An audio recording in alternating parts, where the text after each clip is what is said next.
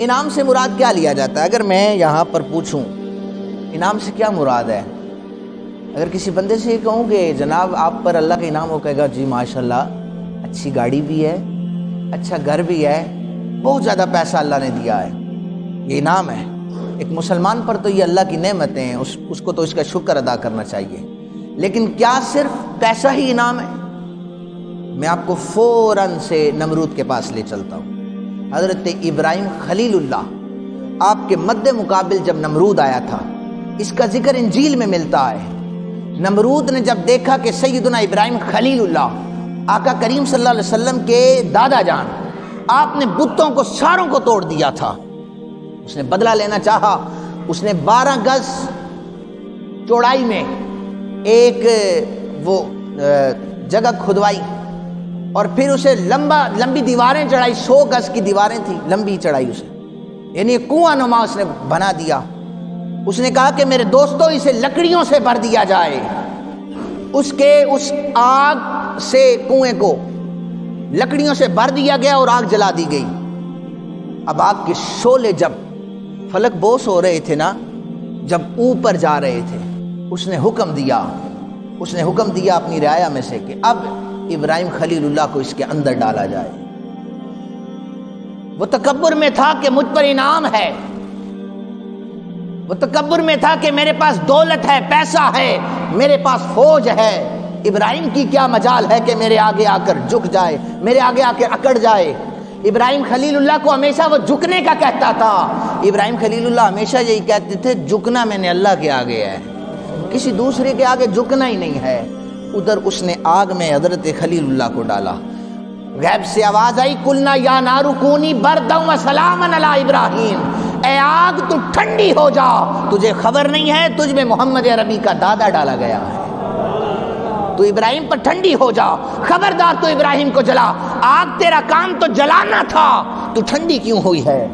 کہا پھینکنے والا رب کا دشمن ہے اور میرے اندر آنے والا رب کا خلیل آیا ہے، رب کا دوست آیا ہے، کیسے اسے جلا دوں؟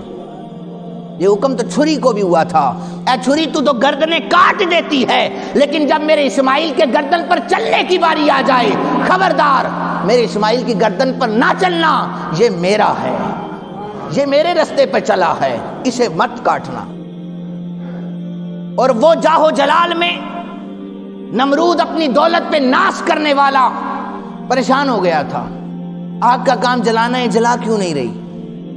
اس اتنا بیوقوف تھا، اس نے اپنے پاس گدیں پالنا شروع کی، اپنی گدوں کو وہ گوشت اور شراب دیا کرتا تھا۔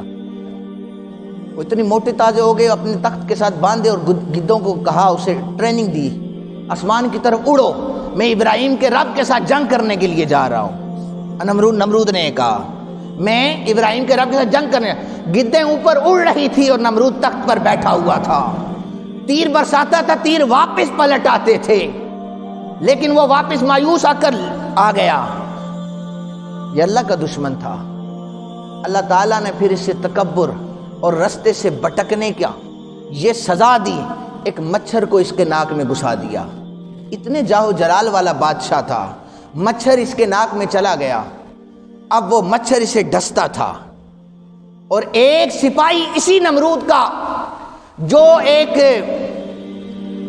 بڑے خوبصورت سے پتاوے کے ساتھ یا موزے کے ساتھ، یہ اسی نمرود کے سر پہ جب مچھر زیادہ کاٹتا تھا نا، یہ اس کے سر پہ مارتا تھا۔ سپاہی اپنے ہاتھ سے جوتا اپنے بادشاہ کے سر پہ مارتا، اسے آرام آ جاتا۔ جب اللہ تعالیٰ بدلہ لینا چاہے تو مچھر جس کی کچھ دن کی زندگی ہوتی ہے اسے اپنے دشمن کے ناک میں داخل کر دیتا ہے، اور جو مچھر کچھ دن تک زندہ رہ سکتا ہے اللہ تعالیٰ اسے 40 سال سے زائد زندگی عطا فرما دیتا ہے کہ تیری ڈیوٹی لگا رہا ہوں۔ چونکہ روایات میں 40 سال کا بھی ذکر ہے، نمرود کے ناک میں مچھر جب رہا تو فرمایا کہ تو تیری زندگی کو بڑھا رہا ہوں، چونکہ تو نے میرے دشمن سے مقابلہ کرنا ہے، یہ میرے رستے سے بھٹک چکا ہے۔ لوگوں، 2 رستے ہمیں یہاں پر پتہ چلے، ایک نمرود کا تھا، ایک ابراہیم خلیل اللہ کا تھا، تعین آپ نے کرنا ہے۔